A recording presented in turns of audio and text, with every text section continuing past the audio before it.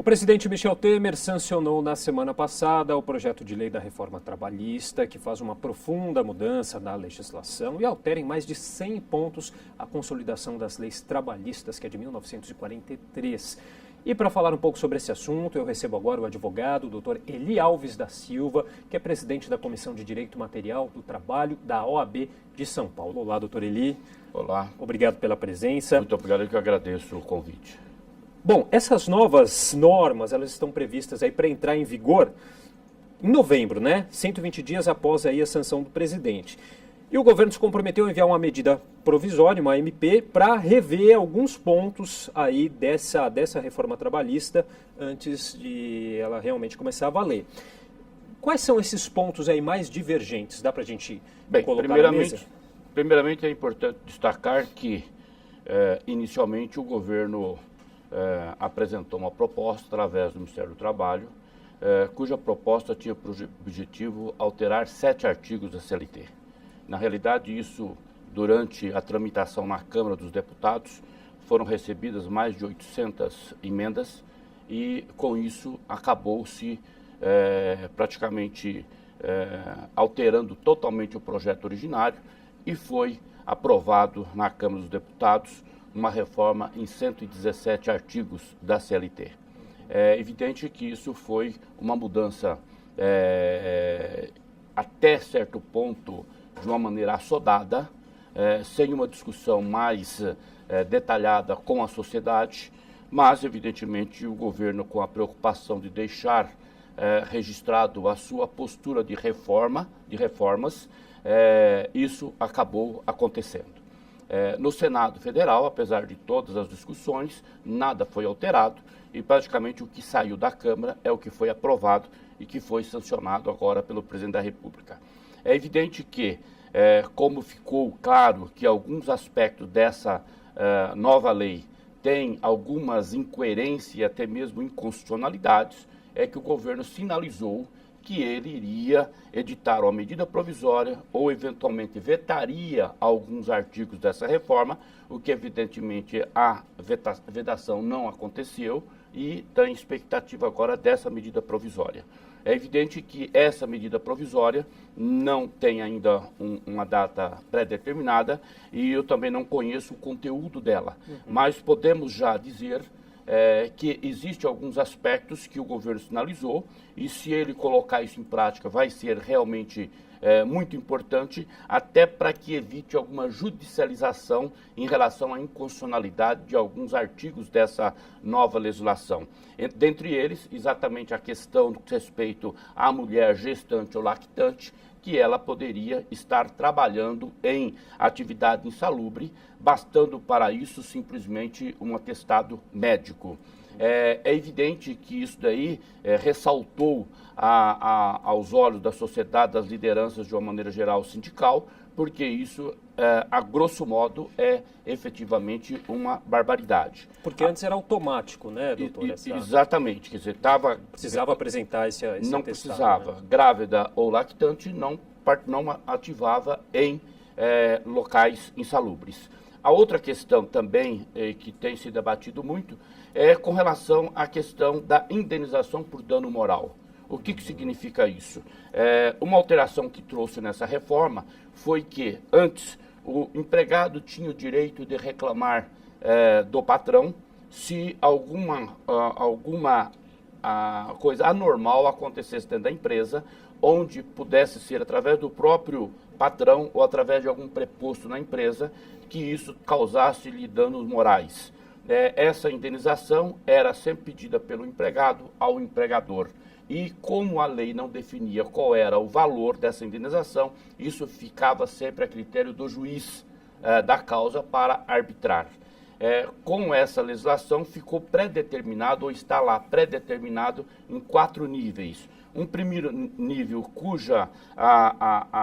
o dano seria de natureza leve, seria de 5 vezes o salário do empregado. De natureza média, 10 vezes o salário. De maneira grave, 20 vezes o salário do empregado. E de maneira gravíssima, 50 vezes o salário. Isso já foi analisado em outra circunstância pelo Supremo Tribunal Federal, onde foi considerado inconstitucional essa tabela, vamos dizer assim, porque cada caso é um caso. Não pode ser padronizado pela própria lei quanto que vale previamente o dano moral de acordo com a circunstância e o agravamento que possa existir. Agora, a novidade maior ainda é que há na lei agora a determinação de que também o empregador poderá pedir dano moral para o empregado, nessa mesma condição.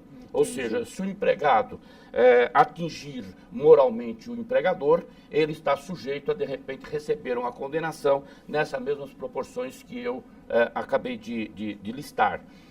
Então, essas são algumas questões extremamente relevantes e delicadas que nós temos nessa nova legislação. E uma outra questão também que chegou a gerar polêmica, doutor, é essa questão que a nova lei trabalhista permite que acordos feitos entre empregados e patrões prevaleçam, alguns desses acordos prevaleçam sobre a lei, né? Em quais casos que isso pode acontecer? E essa questão, essa prevalência aí do negociado sobre o que é legislado acaba afetando um pouquinho essa questão da proteção do trabalhador? Bem, na realidade é o seguinte, na relação entre empregado e empregador, tem-se, e é claro, que o empregado, ou seja, o trabalho, sempre está em situação inferior ao capital, ao empregador. E por essa razão, o direito do trabalho tem por característica, por finalidade, a proteção do empregado, que é a parte mais fraca. Por isso que antes dessa reforma, toda a negociação coletiva ela só poderia ser feita se ela fosse além dos direitos já previstos na própria legislação trabalhista. A partir do momento que entrar em vigor essa lei, o negociado vai prevalecer sobre o legislado. O que significa isso? Significa que, estando amparados os direitos que estão previstos na Constituição Federal, o empregador pode negociar com o empregado novas regras, desde que, como eu disse, não atinjam os direitos estabelecidos na Constituição Federal. Por essa razão, quem defende com unhas e dentes essa reforma, diz que nenhum direito está sendo retirado do trabalhador. Realmente, se nós considerarmos que dentro do que está elencado no artigo 7º da Constituição Federal, que são os direitos do trabalhador, nada vai ser mexido do ponto de vista da rubrica do direito. Então, exemplo, o salário, ninguém pode ganhar menos que o salário mínimo. Evidentemente que isso, ninguém vai pagar o salário inferior ao mínimo. O fundo de garantia, o 13º, férias, tudo isso realmente está garantido. Porém, na medida em que essa repactuação, essa negociação não tenha mais como limite o que determina a lei, poderá ser inferior ao que a própria lei diz. Então, não vai tirar o direito do ponto de vista da rubrica, mas poderá tirar direito do ponto de vista do valor. E isso, obviamente, quando se coloca numa mesa de negociação, de um lado o empregado, do outro lado o empregador, apesar dele ter, em determinadas situações, que ser representado pelo seu sindicato, pelo sindicato da categoria, nós vamos verificar que, em determinados momentos, o próprio empregado vai pedir para o sindicato que mantenha, ou pelo menos ceda em alguma coisa para o patrão, para que ele não perca o emprego. E é o que nós temos hoje, com 14 milhões de desempregados, que determina as estatísticas, então nós sabemos que realmente a condição de negociação entre o empregado e o empregador, o empregado, na necessidade de salvar o seu emprego, vai ceder ao empregador. E o fim da obrigatoriedade aí do imposto sindical, quanto isso acaba sendo, quanto o trabalhador acaba perdendo com isso, se é que perde? Qual a avaliação que o senhor faz dessa questão? Na realidade, no primeiro momento, o empregado, vamos dizer, do ponto de vista financeiro, ele até ganha, porque a rigor ele vai deixar de ter descontado compulsoriamente um dia de salário, tá, para contribuição ao sindicato. Essa é uma obrigação compulsória. Mas, evidentemente, que, por outro lado, o sindicato vai ter um certo enfraquecimento do ponto de vista financeiro, na medida em que ele não vai ter essa receita. Porém, quem critica essa contribuição sindical diz que o sindicato tem sido uma postura muito acomodada. Por quê? Porque atuando ou não atuando, essa receita vem para ele e, consequentemente, é distribuído para a federação e para a confederação, ou seja, para as centrais sindicais também.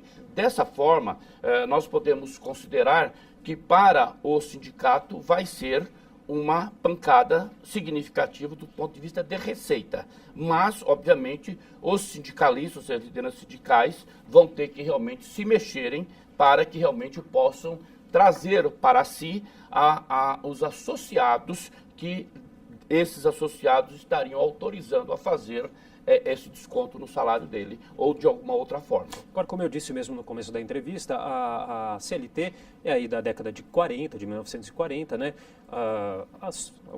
Os tempos são outros, né? O trabalho tem mudado, se modernizado. Tinha necessidade mesmo de que também acontecessem algumas mudanças na lei, né? A gente tem hoje em dia muita gente que trabalha de casa, a questão do home office, o trabalho intermitente, todas as questões também que estão agora sendo incorporadas nessa nova lei trabalhista, do ponto de vista do senhor, vem agregar? Veja, na realidade, a lei tem que acompanhar os fatos, por um lado. Por outro lado também, essa referência de que a CLT é de 1943, portanto, ela precisaria de uma alteração, efetivamente, eu não vejo bem dessa forma, porque apesar de ser uma legislação que originou em 1943, mas na verdade durante todo esse período até hoje, ela houve evoluções, a exemplo até mesmo da própria Constituição Federal de 1988, que constitucionalizou os direitos dos trabalhadores. Então, de uma maneira geral, a gente percebe que tem havido uma evolução. É evidente que, a exemplo dessa questão do trabalho à distância, é algo que realmente precisaria de uma regulamentação, porque não tinha. Agora, por outro lado, nesse capitalismo selvagem que nós vivemos, nós temos consciência que em determinadas situações o empregado vai receber uma tarefa para um determinado prazo e ele terá que se virar para entregar aquilo. E isso não vai se levar em conta se ele trabalhou 5 horas, 6 horas, 10 horas ou 15 horas por dia. Ele terá que estar apresentando o resultado de acordo com o que for determinado. Então, nesse aspecto, eu considero que, dependendo do empregador e da forma que for negociada, esse empregado poderá ter um prejuízo significativo do ponto de vista de trabalhar mais do que aquilo que efetivamente esteja recebendo. Uhum. Tem a questão das férias que agora poderão ser parceladas também, né? Sim, nesse aspecto, eu considero particularmente que foi um avanço, porque a inflexibilidade de 30 dias das férias e como já estava regulado por lei também, aquela fragmentação de descansar 20 dias e, entre aspas, vender 10 dias, isso já tinha uma certa fragmentação, ou tirava 30 dias direto. Com essa nova regulamentação, nós vamos ter a possibilidade de retirar esses 30 dias em 3 períodos durante o ano, desde que um deles seja no mínimo de 15 dias. Nesse aspecto é importante porque, de repente, alguém não tem condições de sair e ficar viajando 30 dias, exemplo, com a família. Então, se ele fragmenta, ele aproveita, de repente, mais esse tempo disponibilizado das férias. Ok, doutor Eli, muito obrigado pelos esclarecimentos. Eu que esclarecimentos. agradeço. Muito obrigado a vocês.